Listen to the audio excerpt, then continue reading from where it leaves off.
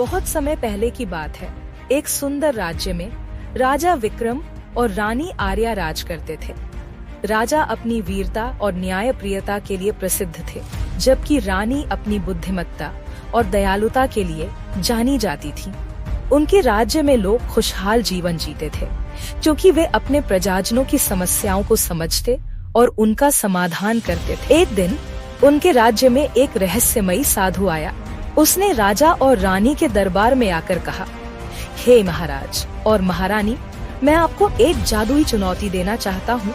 यदि आप इसे हल कर लेंगे तो मैं आपके राज्य को अमूल्य खजाना दूंगा, पर यदि आप असफल हुए तो राज्य पर अंधकार छा जाएगा। राजा और रानी ने बहादुरी से चुनौती स्वीकार कर ली। साधु ने उन्हें एक रहस्यमय पहेली दी। एक ऐसा खजाना खोजो जो न दिखाई दे, न छुए जा सके, लेकिन उसके बिना जीवन संभव न हो। राजा और रानी ने मिलकर उस पहेली को सुलझाने का प्रयास किया। राजा अपने सैनिकों के साथ जंगलों और पहाड़ों में खजाना ढूंढ निकल पड़े।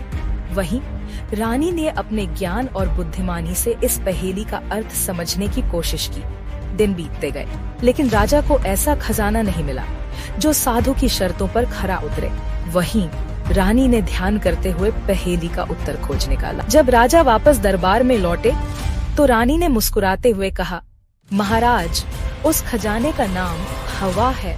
यह न दिखाई देती है, न छुई जा सकती है, लेकिन इसके बिना जीवन संभव नहीं।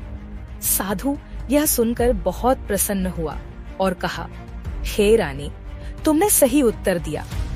तुम्हारी बुद्धिमत्ता और धैर्य ने इस राज्य को बचा लिया।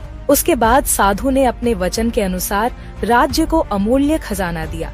हर खेत में उपजाऊ मिट्टी और हर नदी में साफ पानी। राजा और रानी ने अपनी प्रजा के साथ इस खजाने को खुशी खुशी स्वीकार किया, और इस तरह राजा और रानी ने न केवल राज्य को बचाया, बल्कि सभी को सिखाया कि असली खजाना धन दौलत में नहीं, बल्कि प्रकृति और बुद्धिमत्ता में छिपा होता है।